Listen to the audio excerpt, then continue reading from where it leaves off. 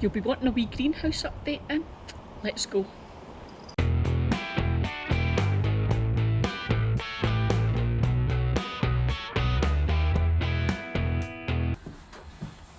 Hello, welcome to the mess that is the greenhouse currently. I figured it's been ages since I give you guys an update on what's going on in here. Mostly just because I feel like I've nothing new to tell you. I've kind of already covered all the different things I do and I've not really changed anything, so I feel like I'd be cheating you guys if I was just going over the same thing again. But I suppose I can at least tell you how this year's going, because we're coming to the end of August, which for those of you who don't realise, in Scotland that means we're pretty much coming to the end of summer and the end of the season. It's already starting to get colder. I'm having to put on long fingered bike gloves in the morning because it's cold and the long sleeve tops are going on, and it means we'll stop getting produce in the garden soon.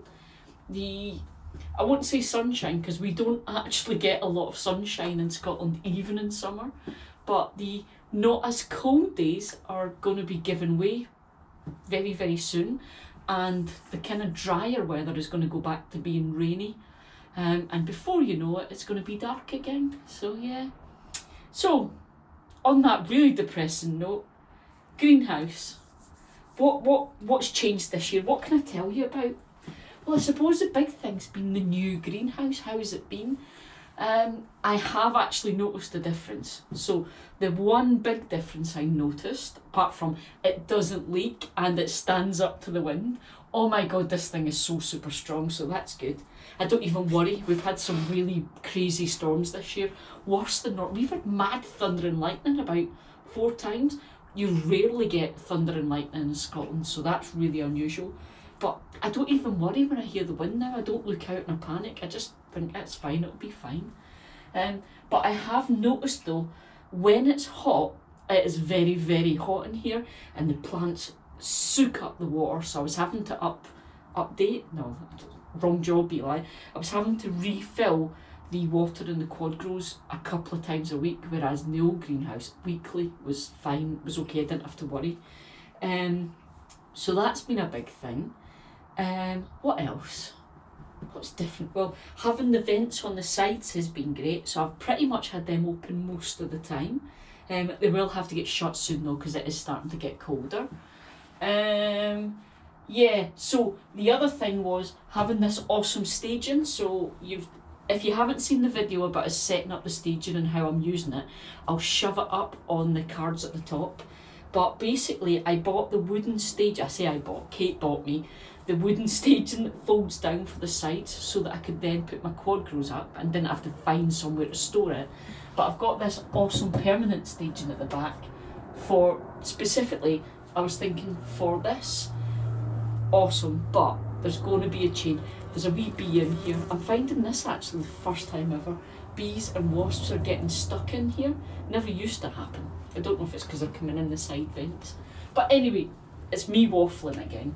So this is going to be a change next year. I've tried this for a couple of years now and it's just too big for a small greenhouse like this.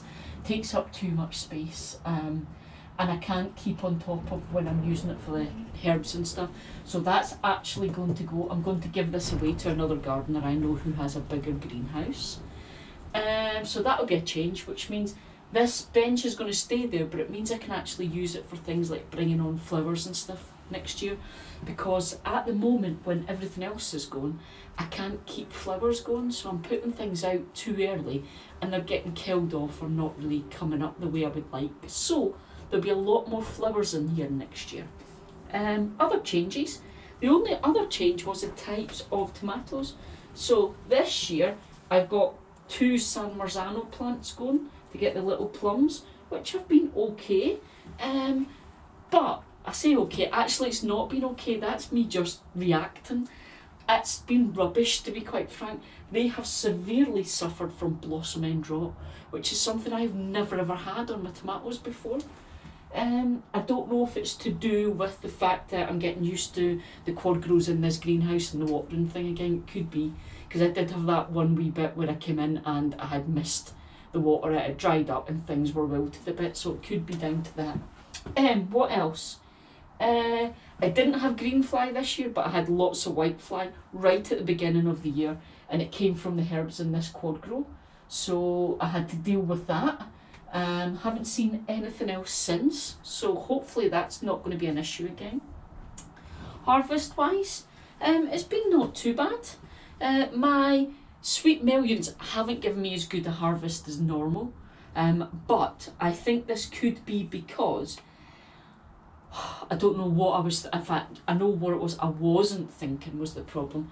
I grew the blue cherries, the red cherries and the San Marzanos, which are all bush plants. The only non-bush I grew was my Marmande, and I think that's the problem. I've just got too much in here that needs space, and I'm having to cut it back because there isn't space.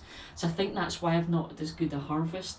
With the bush tomatoes, if you don't cut them back, leave them, you get so many tomatoes.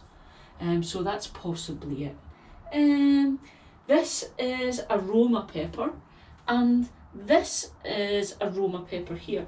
I have had more peppers off this one than this one. Don't know why. I've had one pepper off of this one. Don't know. So don't know, there's an update for you. And that's about it. So in the greenhouse, that's about all that's going. Outside in the garden, courgettes this year have been awesome. We've had about 7 already, big massive ones that we've eaten. We're trying to get on top of things and not let them get massive, but it's kind of hard to keep up with.